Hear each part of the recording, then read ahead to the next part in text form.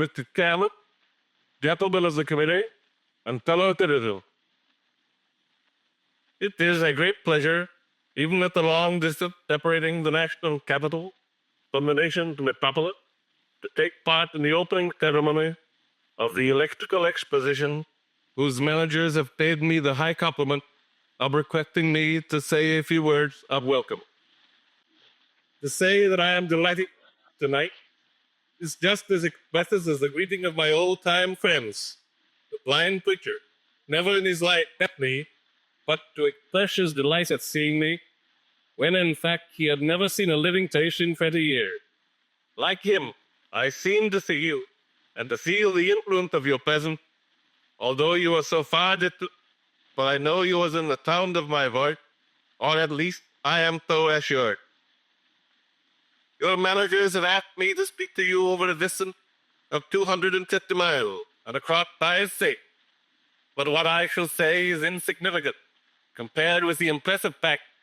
that the electrical genius of our age has made possible that marvelous system of communication which annihilate time and space and distance. You who are working in the field of electricity are performing a service of great utility, giving the people an opportunity to behold what wonders God hath wrought with this mysterious agency. No wonder that in every material development, this universal support by our people, the inventions of this age and this country lead the world. No wonder that you succeed when you find all the people profitably and happily using your newest invention as daily instruments to do their work, to furnish their light,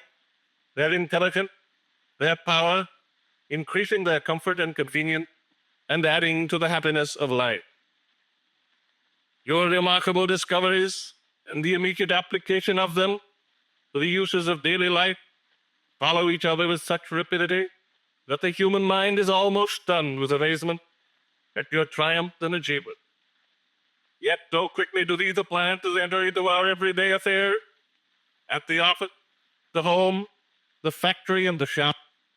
that we unconsciously utilize them as if they had always been our possession, and as if the telephone,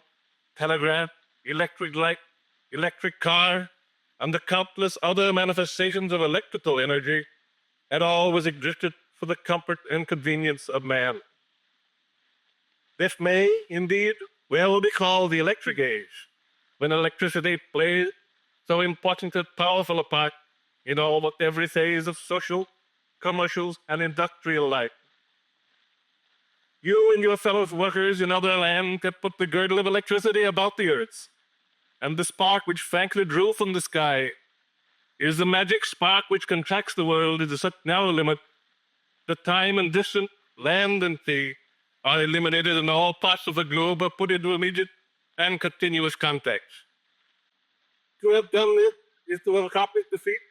as brilliant as any recorded in the pages of civilization, progress, and yet it is only one small item in the vast total of achievement credited to this vital force, and it is only an earnest of greater achievement yet to come.